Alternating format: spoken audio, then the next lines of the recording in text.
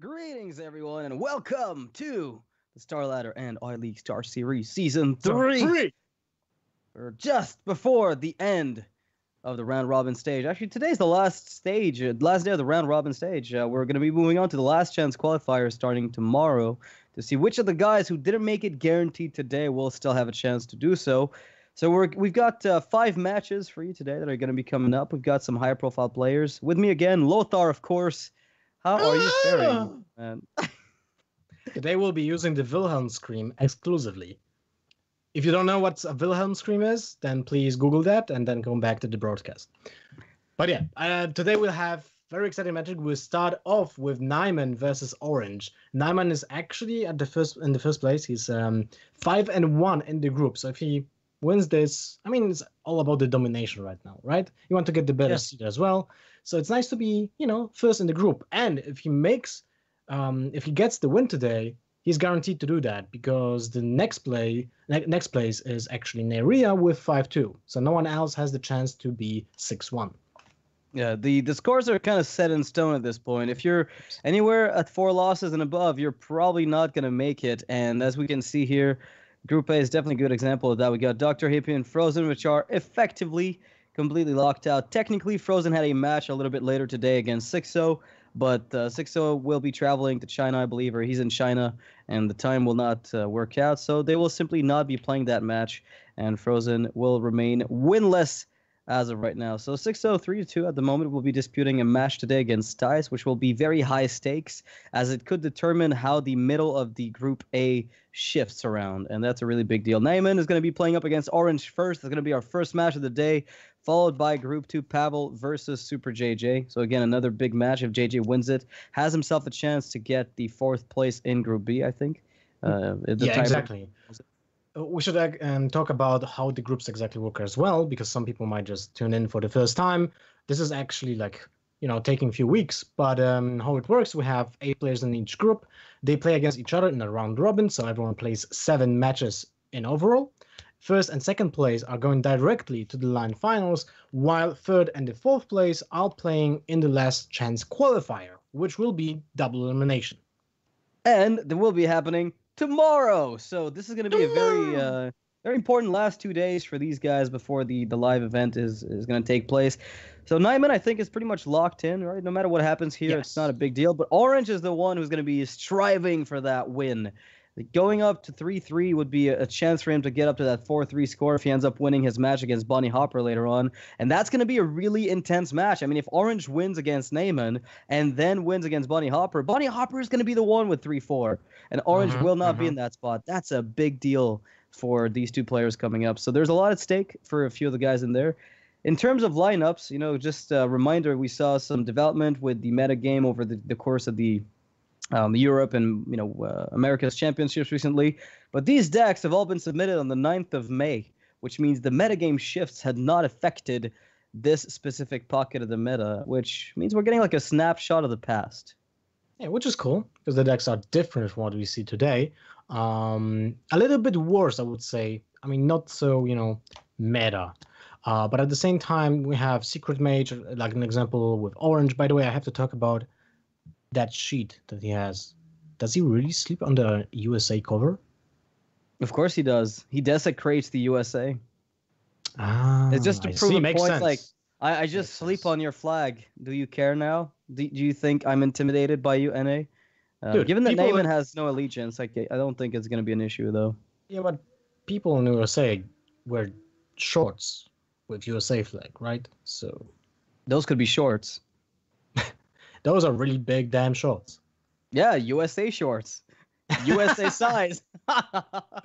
Orange here with the lineup that favors highly aggressive strategies. Naiman on the same exact game plan, I believe, if I recall, was running the aggro lineup, which explains his standing in the group. If we look at Group B, we see RDU and Zalea at the top. These guys have just been tearing apart their opponents with aggro, and it's interesting because in the championships that have happened, I feel like we saw a lot more success coming from control lineups. If we look at the EU and the Americas championship, control lineups did very well, but in this event, it seems like aggro is completely tearing apart everyone. Well, I wouldn't say that much about Europe. Like the spring for EU were actually pretty aggro-oriented as well. I mean, aggro always take a huge chunk of the metagame. And even if there will be like a huge success for control decks, that means there's a smaller conversion rate for aggro decks. But they're still there. They're still successful, but they're just taking less numbers in general because they have smaller conversion rate. But they're still really good decks. And speaking of aggro deck, between these two, the Pirate Warrior is supposed to be the more aggressive one, but has not been able to get onto the board with something like Nza's First Mate. Has a very solid hand though. Granted, could be a Dread Corsair, that would improve the quality of the hand massively. Naiman still has the ability to answer minions that Orange puts down on the board turn after turn. Now, this matchup for the Mage player is supposed to be very difficult because you're kind of on a, kill them quick game plan. Mm-hmm. But you can't outvalue their weapons very often in the early stages of the game. And this is why you just hate the sight of a weapon on turn 2, right? That kills your minion. Because if that minion would still be alive, it rakes up the damage. And then you're able to finish up the game quicker. But in this situation, you know that at least one more minion will die to the weapon, and that sucks. So in this situation, you can't get any advantage on board, especially when you know that Pirate Warrior has many options to actually build up the durability of the weapons as well. We see that there's an upgrade, of course. Orange doesn't see that, so he plays the Medivh Valet just to get something on board, because one minion will die at least. So by having the Babbling Book on board, that's something that will pile up the damage a little bit over the turns, and will most likely live like 1 or 2 turns. In case there's an upgrade being played, the weapon will not be sacrificed to a 1/1 minion, so it's always something, and those small damage chunks that will be taken by those minions will mean a lot.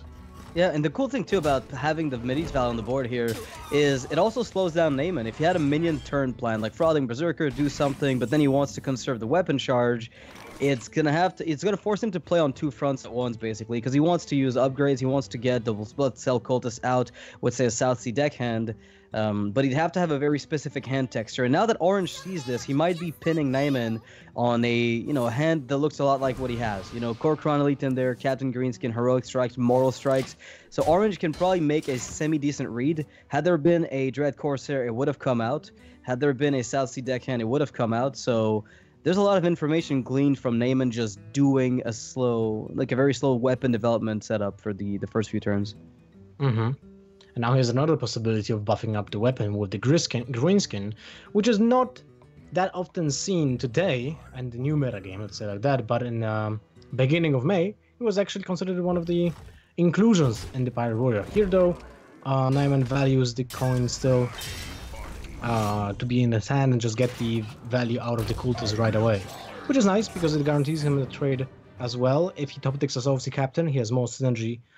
2 other just options for the coin turns is still a Greenskin. You get a second Fear Warx basically out of this, so there's a lot of synergy going on. And in case, like, when you compare those 2 plays, you keep the coin, so you're able to play, an example, Leroy Jenkins and Heroic Strike on turn 6, which might be important, while you put just one power less on the board when you compare it to Greenskin. And the weapon is still there, and it will be still there next turn, which will happen in 2 attack less, but 2 durability points more. So it makes sense. And the cool thing too, the weird thing at least for Naiman with this setup, the only awkward thing really is the fact that if he buffs this weapon, he's gonna be what, on turn 6, 7, 8.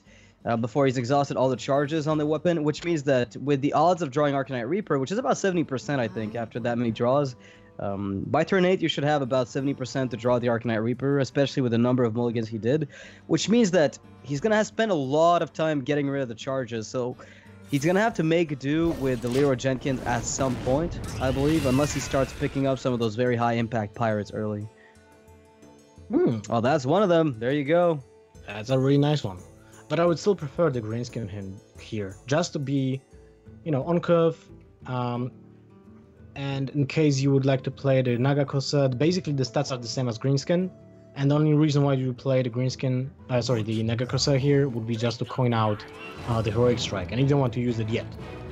You want to keep it as a burst option. You know that your opponent will most likely not play any taunt minions, because the only option would be basically here Mirror Image from the Glyph. And other options to stop you in the tracks would be Frostbolt, or ice, any other ice spells. Yeah, any way to freeze the enemy here. There aren't too many of them left, right? Mostly we're talking Water Elemental, Frostbolt, and, well, frankly, I think that's about it. You can freeze the board, but for phase freezes, it's pretty much limited to Frostbolt. So the weapon will connect repeatedly. Yeah, it's actually a pretty big problem for mages now. Like, when they're on the freeze mage plan against all these weapon classes, it feels sometimes a little bit difficult to navigate. Well. There you go. We could draw more cards. We could try to set up a Frostbolt Arcane Missiles to kill the greenskin. Glyphing and Arcane Missiles does not feel particularly good. Orange is still high on health, and he knows that the value of his opponent's hand is actually pretty high. I would not oppose to just using Mirror Entity with the Kirin Tor Mage, because that gives you a little bit of tempo back. You know that the Kirin Tor dies to the weapon, but most likely your opponent still has high value minions as the Cochrane Elite, and that means he is not able to play that, or he will play into the Mirror Entity right away because there's no option to know what kind of secret it is.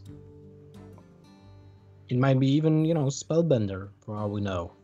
Yeah, he's got no way to know it. In that case, though, it doesn't really matter. If it showed up, I think Naiman would have to jam, anything he has. The Naga Corsair wouldn't even be too bad, right? Since the weapon gets buffed to 4.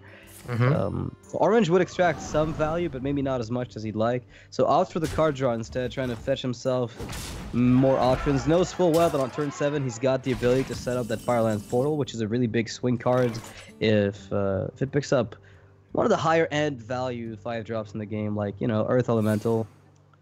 Let's go, Orange, can you do it? Oh, well, if only I had a secret, and that would work with a battle cry. Yeah. Imagine that in Wild you actually can get a Belcher out of this. Shudder. Oh man, that's got to be disgusting, actually. I haven't really considered that too much. Yeah, that's true. Yeah, Wild used to be its own little fun metagame. Now it's all standard adapted to Wild. I used to play Wild a lot. It's still Freeze Mage.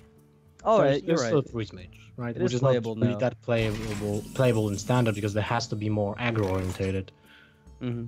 But in here, like, Orange doesn't really look good, I would say. He couldn't play the Kirin Tor for a tempo advantage, would be amazing against Pirate Warrior, because that's something that might make you come back into the game when you have a 0 mana swing back and trade with some of his minions. Like, if it's not a 1/1 minion, you basically get a trade for trade, and that's amazing. There's the Ice Block. That's helpful. It's going to let Orange get himself body on the board, a way to survive, and also, I believe, enough leftover mana to play the Fireball to clean up most of what's left on the board, which is pretty important at this point. He needs to get rid of that Korkron, because the weapon and the Korkron already represent lethal in and of themselves.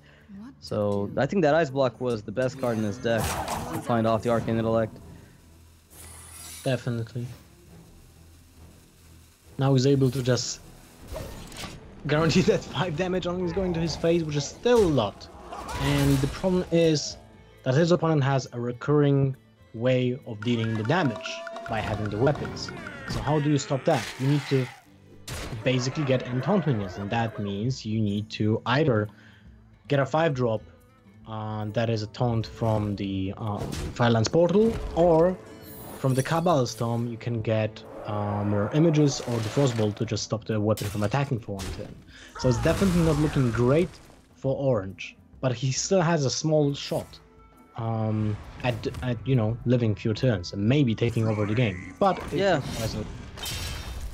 but he's got natural card draw in the deck, which on its own, that's a big draw. Freezes the weapons, so Naiman's Arcanite Reapers and Fiery War Axes would no longer be effective.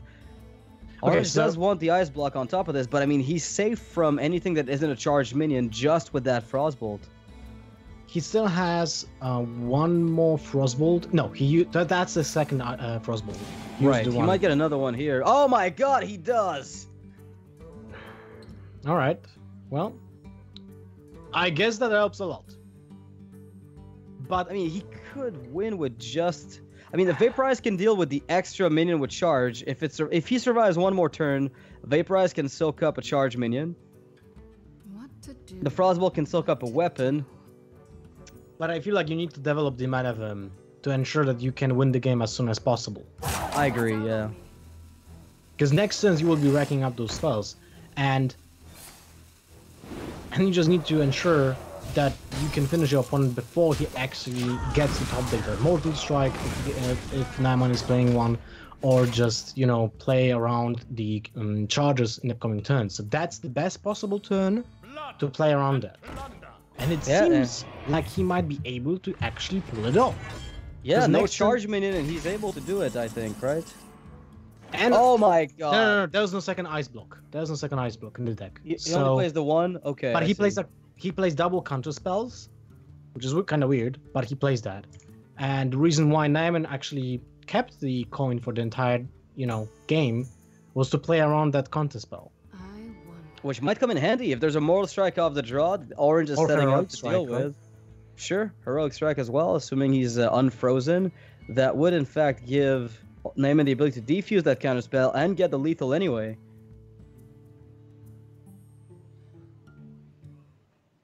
So Orange did get the information that the card in Naiman's hand, one is for sure coin, but the second one is most likely a Heroic Strike or a weapon, because it wasn't played. The other option would be Frothing Berserker, because it's a minion that directly dies to the current turn mage, so it's not the best. But at the same time, there are not many other options that you will just keep in your hand here. Naiman just facepalmed, seeing that second Frostbolt. From Kabbalah's Tome, he's like, oh, really? I've already seen two of them naturally from the deck. That's a third one. And that actually gives Orange a chance to win. Naiman was looking at this thinking, all right, I've got this on lockdown. You know, that secret could be Ice Block. For all he knows, this is Ice Block. Woo! He's going to be met with the Vaporize for the South Sea deckhand and not land the lethal. Welcome to Mage Stone. I think Orange has it with Arcane Missiles. That's 9 plus 10. And Naiman will lose this game despite everything. Wow. 3 Frostbolt, that's what it takes. And Vaporize. Oh, what is this? 3 Frostbolt and Vaporize. That was kind of like, you know... there were some RNG effects in this game. That's Hearthstone. I can't even. This is unexpected win for Orange, but you know... Yes.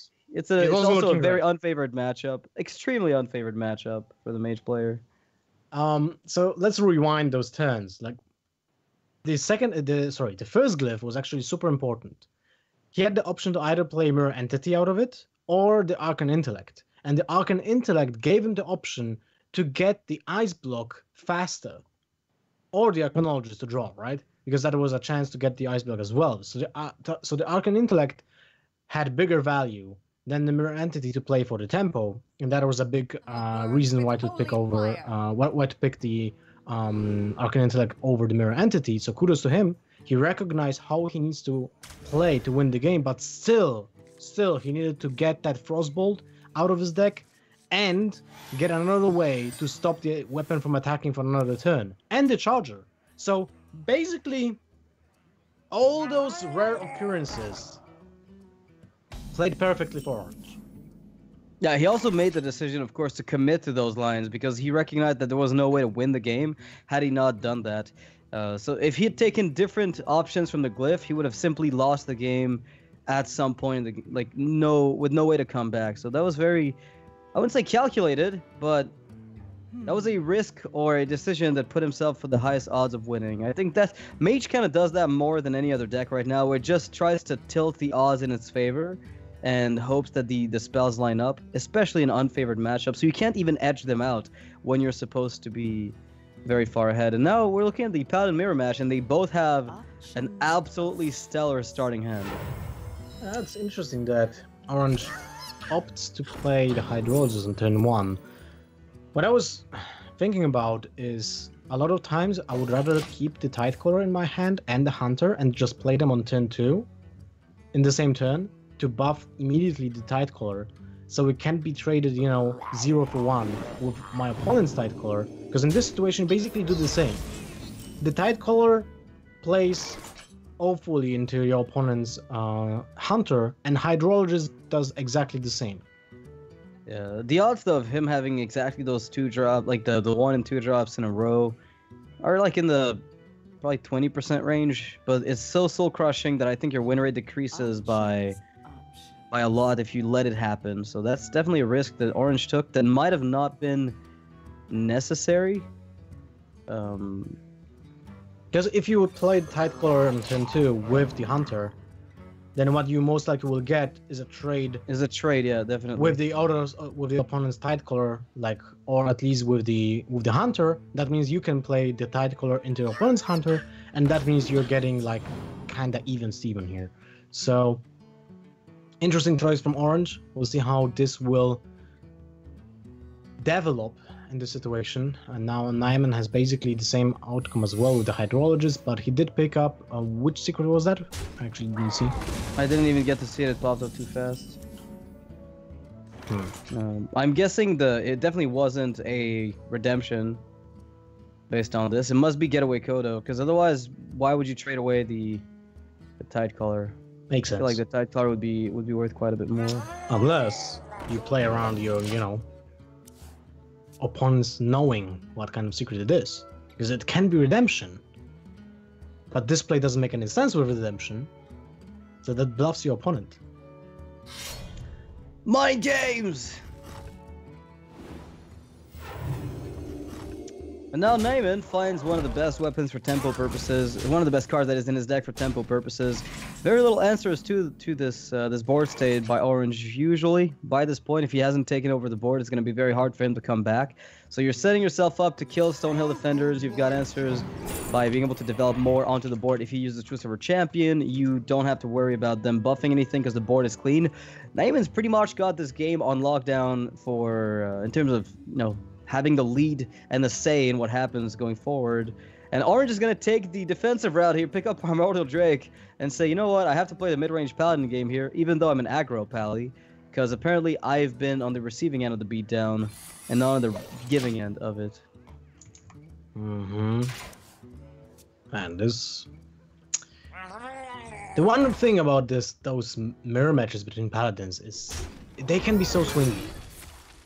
It's like either about the Tyrim getting like a really good board or the defender getting a good discovery out of it. But at the same time, you have cards like Finja, and War Leaders, even without Finja, can just swing the board in someone's favor while being paired up with Megazords. So there's a lot of combinations that can just make a comeback. But at the same time, when one of the players is just getting really behind board, like in this exact situation, you might just not find it out, like in general, because he just chooses to give up because the Sunkeeper Tarim was also dead in hand. Given that there's a War Leader on the opponent's side of the board, you can't even use your Tarim to any effect.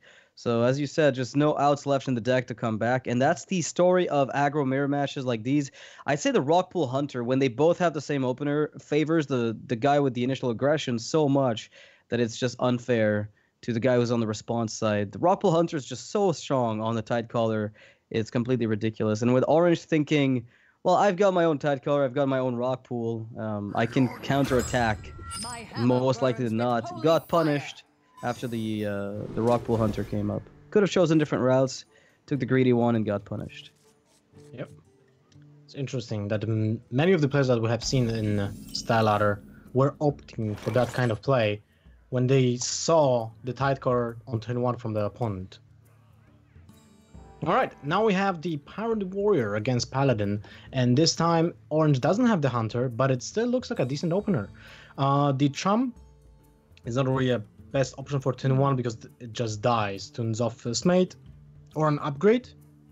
You're not super sad about the upgrade, but Nzoth First Mate is just a horrible opener here for the Chum, of course. So Tidecaller seems to be the option because that only dies to... But still does Nzoth's First Mate, right? Like, it still does Nzoth's First Mate when there's no patches. When there's a patches, sorry. In this case, it won't matter, because like luck dictated that Naiman would draw that patches, but at least you're taking away a 1/1 pirate with it, right? Yeah, exactly. I'm fine with taking patches with me if that happens. Orange is like, oh yes, baby! Now get me that hunter. Gotta get the rock pool. Nope, no rock pool. Hey, look, it looks like a top end hand again for Orange with the aggro lineup. So now the question is, do you want to trade? And the answer is yes. Yes, because there's a possibility of your opponent having a South Sea Captain or a cultist and upgrading the weapon with their pirate already on board. So it's really important. At the same time, Naiman with the South Sea Captain and the patches in hand can benefit a little bit out of it. Because that gives him a 2-2 basically. Yeah, it gives him another, basically, the ability to redevelop onto the board. Double South Sea Captain here is going to be very important for Naiman. The fact that he has this, after drawing patches, suddenly turns what looked like a potentially slow hand into a potential blowout hand. So. Oh man. Now this is an interesting choice. Because what he can do is either just go for the captain, trade one of his minions, two of his minions, into the Wall Eater, and, you know, just that's it. You will have a 3/3 on board that can be a 4/4 next turn, and you will be mana inefficient because you will be lacking that 1 mana fill. Or you can coin out the Nagakosa this turn and still have the trade, but you get 4 damage in the process, which is not really important right now, and you still have your hero power to get back on your feet against decks like Paladins because they're super slow if you just get that board control. And the only reason to play the to play the South Sea Captain over Nagakosa would be to keep the coin for turn 6 when you want to play, for turn 5, when you want to play 2 free drops, an example. So that's the only reason to keep the coin right now. Yeah, and he's going to go for the Corcoran for the aggressive play, try to push maximum damage with the pirates over the next few turns by guaranteeing that he keeps that pirate presence on the board. Now Orange with what probably looks like the worst aggro Paladin hand I've ever seen. Well, he runs, for that title with Zalay, so... You're right, they're kind of mix and matching the bad draws as aggro decks, but this one definitely takes the cake. Having a Blessing of Kings with no minions, a Sunkeeper Tarim, a Curator, and a Tyrion is basically the entire top end of his deck, and Naiman keeps picking up stuff to do here. Not at a loss, he's able to play and play and play, and just keep developing onto the board, forcing his opponent to have a choose over champion in a case like this. Orange is not going to be very happy. At least he finds something to do this turn, which was not so true last turn. Oh man. Triple legendary! Triple! Wow! Exactly. I need to put that on my stream.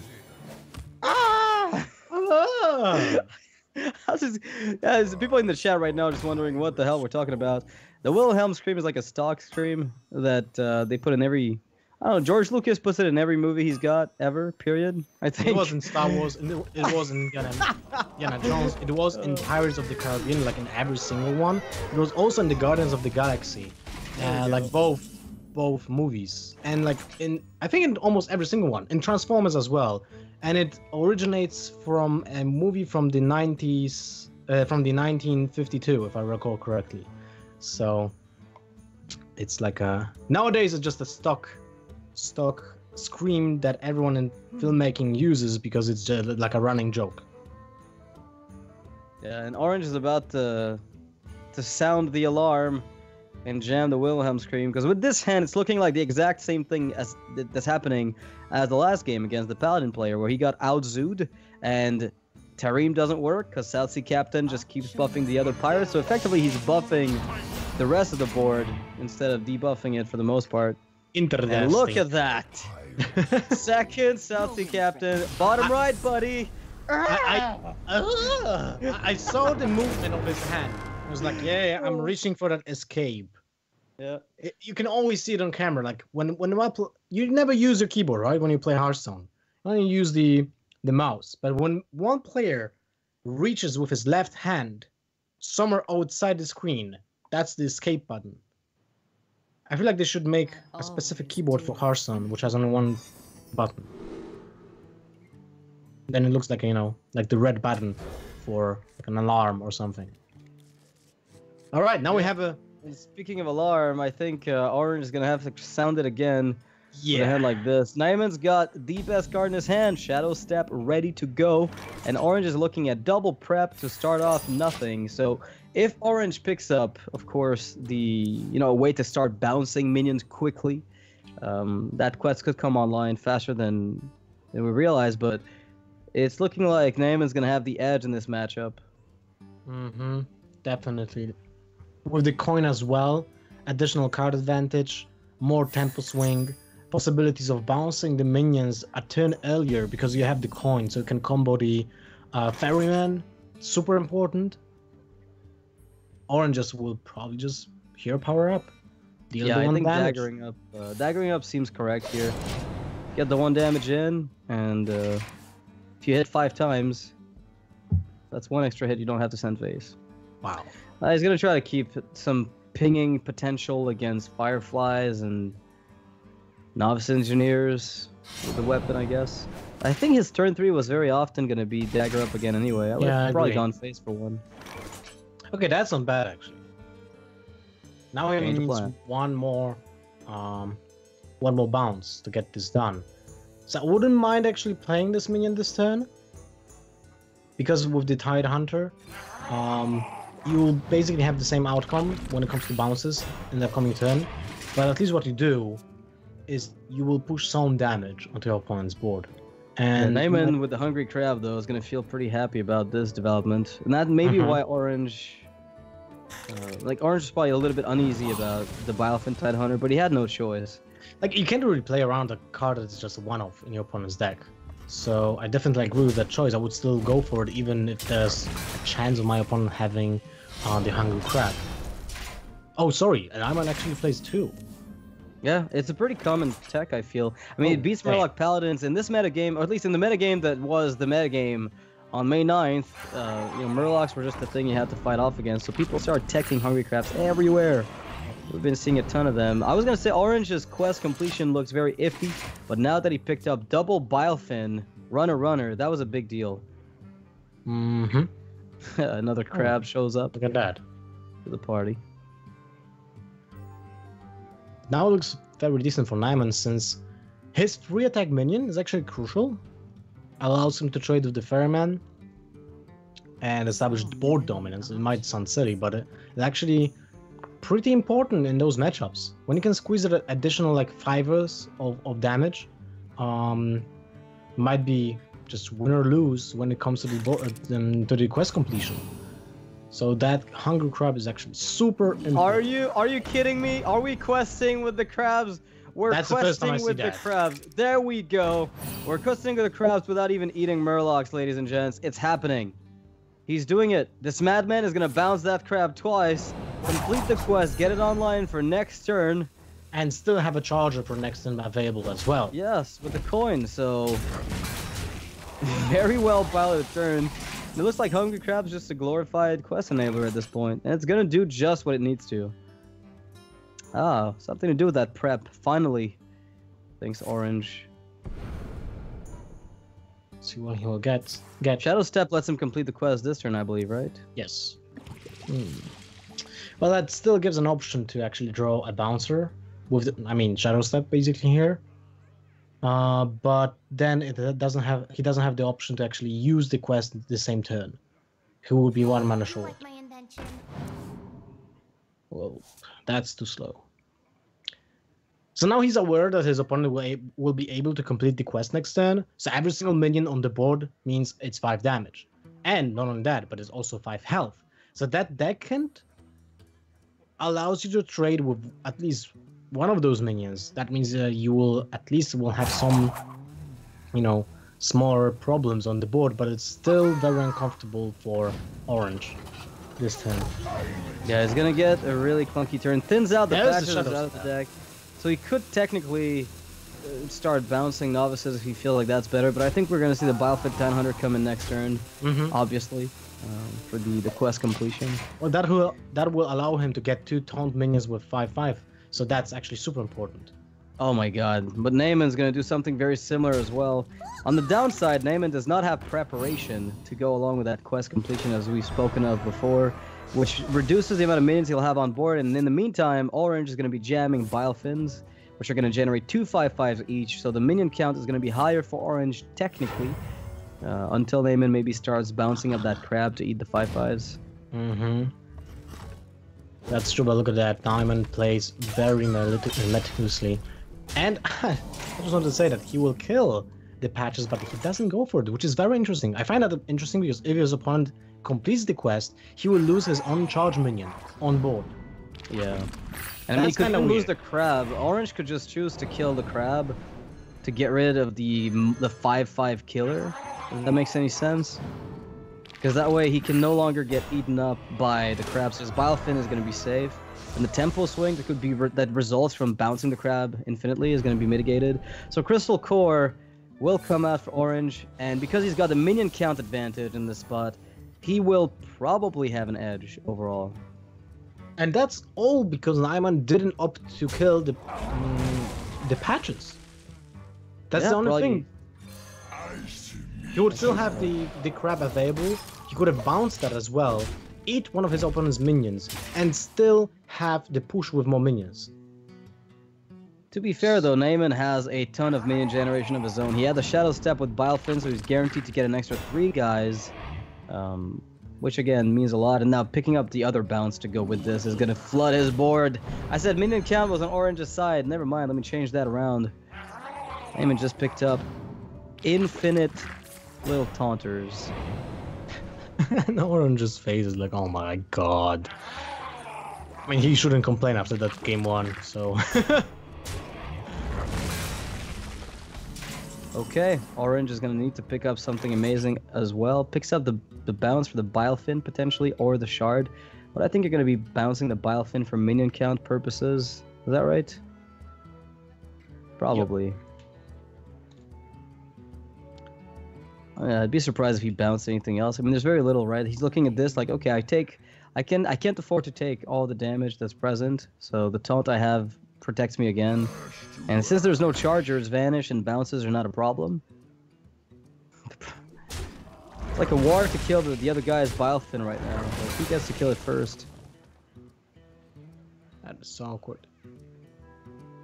So, you will get 15 damage next turn.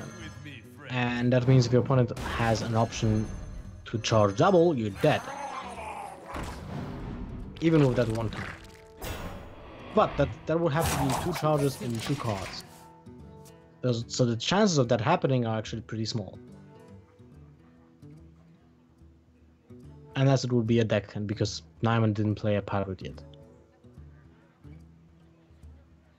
Now, this engineer into deckhand could just straight up win. I hope you like my invention.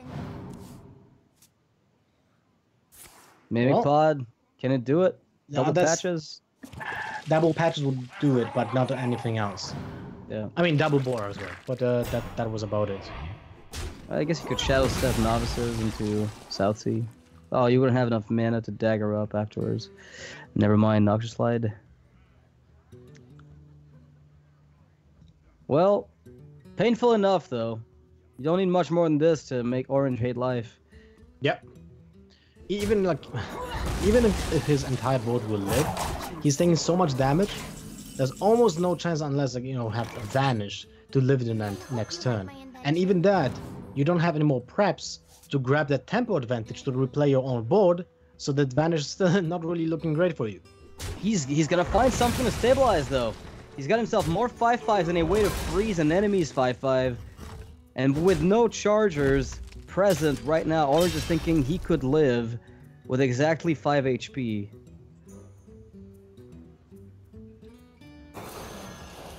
And that's a way, but we know how swingy are those games. And what Naiman can do is actually trade with the Glacier Shard, because it's such a powerful creature, deal the damage, play his own Vanish, and then replay his creatures. And he has still an advantage on board, on the tempo, and he's able to kill off his opponent's Glacier Shard. In this case, he just went for card draw. I actually didn't see what is he drawing. Like, Backstab. Oh, Shard. There we go. Okay. Yeah, he played too fast. Saw them come off the top and they were already gone, so we didn't even get to see them come in the hand. And it looks like Naiman is just reflecting onto Orange what Orange has been trying to set up. And Orange again is going to find himself behind. There's nothing he can do about this. No bounces. Would have needed to get Vanish off the draw to even have a chance of stabilizing. But is not going to find it. Is going to lose 3-1 or 1-3 against Naiman, who's going to end up at the top of his group still. Yeah. With that, Naiman just puts it in concrete. 6 wins and 1 loss. Amazing score. The same as RDU in the other group. So we had 2 players with a 6-1. And for Orange, that unfortunately means he will be saying bye-bye to StarLadder Season 3 with a score 2-4, because the last match will not put him most likely into a range of the 4th place. Unless, yeah, I don't believe so. And I believe the head-to-head will not be positive for him, unless I'm wrong, but it will be super tough. Yeah, I mean, we have 6-0, I think not even playing against Orange earlier, so there might be just a default win given to him, so that puts him ahead already in the standings, with the head-to-head also being in his favor. So we'll be taking a short break, guys. We'll be right back after this for more StarLadder action. We've got 4 more matches for you today, guys. Do not go anywhere.